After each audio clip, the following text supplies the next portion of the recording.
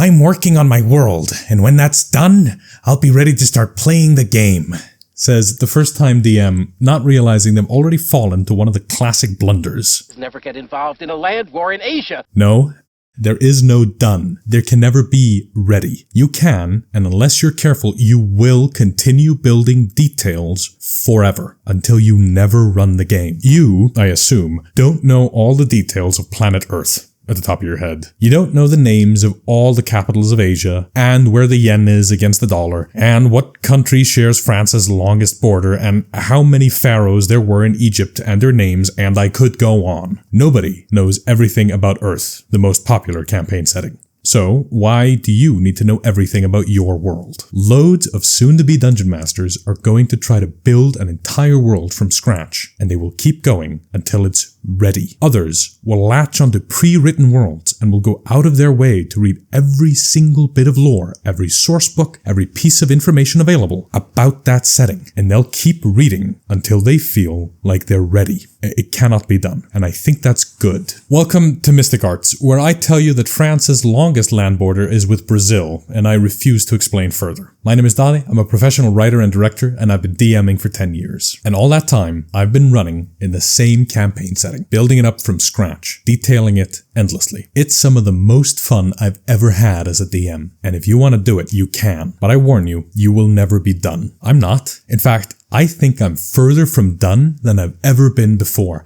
and that feeling is only going to grow. Aristotle said the more you know you don't know. Dude knew what he was talking about, or at least he knew more than he didn't know. What? I know nothing. A common question when studying film is which do you do first? The camera framing or the lighting setup? Or in video games, which comes first, the gameplay or the narrative? And people can really rack their brains over those questions. They will have heated arguments about which is more important, which one has to start, and why the other way is wrong. But when you get down to it, the answer is so dead simple it blows my mind every time. It's both. You can't light a shot you haven't set up. Your frame will change when you see the beautiful lighting come into play. Your video game has some kind of narrative built in, even the simplest ones. There's always a pitch. Narrative and games go hand in hand, creating ludonarrative harmony, and one cannot exist without the other. So when you're world building, which do you do first? The map or the text document? The adventure or the world? It's both. You cannot draw a map without inventing little stories of each location. You cannot write endless text documents without some kind of geography coming up in your head. You cannot write an adventure without a place to set it in. And a world where you've prepared no adventures isn't a campaign setting. It's just a thought exercise. So you do small steps of each segment, and then you rotate. You draw an outline of a map, then label the continents, then you think about the adventure. It's like a Ferris wheel. Imagine each cabin as a craft of the trade. World building, adventure design, character arcs, maps, themes, story, and each cabin gets their own turn at the top, at the forefront of your mind. Then the next, and then you go around again. Each time you go through, each step becomes more and more detailed. Once you have a rough sketch of the map, you roughly jot down nations and factions. Then you detail one faction's map and break down your written details for that part of the map into smaller, more detailed sections. You render as you go along. That doesn't seem that hard. Well, I don't think it is. You can do that forever and have fun the whole time. I'm at least coming up on 10 years and I'm loving it.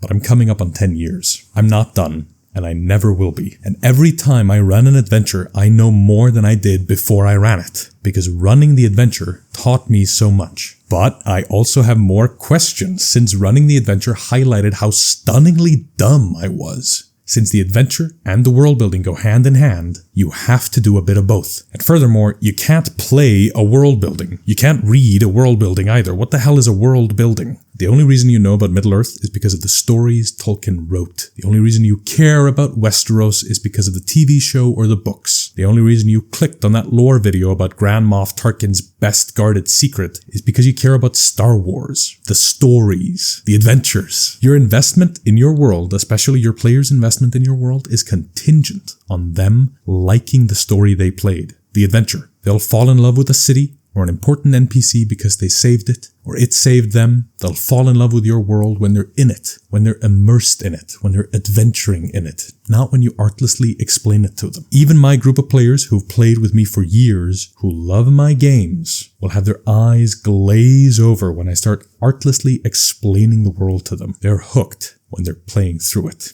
When the history of the Age of Grace becomes crucial to the adventure, it catches attention, but not when I cite it to them. So what kind of world building should be done by the first session? As little as you can get away with. In the first video on this channel, the one on your first session of D&D, I wrote an adventure that starts with the players already inside a dungeon. I don't think that needs any world building. You can just start. If you want something, then I recommend a village, a road, and a forest. You're in Roachport, a village of some 300 people. It's deep within the Elmwood Forest, which stretches on for dozens of miles in every direction, which is good because that means we can set our dungeons and other adventures in the forest. And the town can be a source of security and safety, as well as a base for the players. The forest could also be the swamp, the mountains, the hills. It's up to you. It's just a nebulous wilderness to explore. And the road leads to another village called Cross Keys, and eventually to the city of Blackguard, the capital of the Atroxian Empire. Or in this instance, let's say there is no road, and the only way in and out is by a ferry up and down the Brooksway River. Then, with that done, you gotta name a few key NPCs. 4 is enough. There's a blacksmith in town named Millie. She's a strong Goliath woman that appreciates other strong folk. If your group doesn't mind romance, this Goliath might do a little flirting with Silas the Barbarian. Hell yeah. If not, she'll arm wrestle the strongest party member for a laugh. Hell yeah. Millie will gladly make heavy weapons, but might jokingly grumble about smaller tools, calling them letter openers. There's a general store run by an anthropomorphic fox man named Thizbaud, who sells everything at a markup. He speaks with whatever passes for a French accent at your table, or if you're French, a German accent. And there's an 80-year-old town governor, or mayor, or elder, depending on what word you want to use. This senile old guy is named Mr. Whitelock, and he's happy the heroes are here to help. Oh, and there's a ferryman named Elias. He's accommodating to the heroes and finds them fascinating. Not much more is needed on him. I think that's it. 4 important NPCs, the rest you'll make up as you go along. They can get quests from Mr. Whitelock, buy goods from Millie and Thizbaud, and anything else that's needed from beyond the town, the party needs to talk to Elias the ferryman. If you think you need a whole setting, the 2024 Dungeon Master's Guide includes Greyhawk, D&D's first official campaign setting, now available for 5e, and it's just as easy to develop. But I suggest you make up a village, a forest, and a road, and then you're done. Or at least done enough to run your first game. Don't wait around to be ready, because you're never done.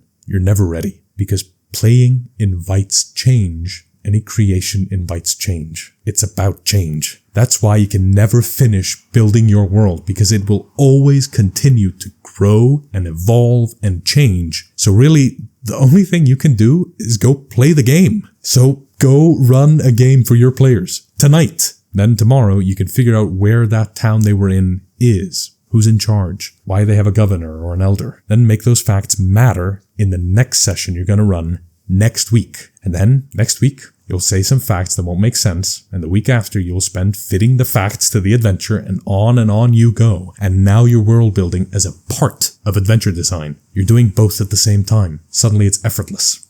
And that's where we'll pick it up next time. Thanks so much for watching this video. This channel is run by me and my girlfriend. We both took a big step recently. We launched our channel memberships. If you want to support this channel directly, consider joining and getting access to our exclusive Discord. We're both on there along with players from my group, and we're happy to answer questions, talk about the hobby, the channel, or whatever else you got on your mind. And if that's not possible or enticing enough, consider supporting us in other ways. You can like the video, comment, share, subscribe, and hit the bell to be notified when we release new videos. Until next time, keep studying the mystic arts.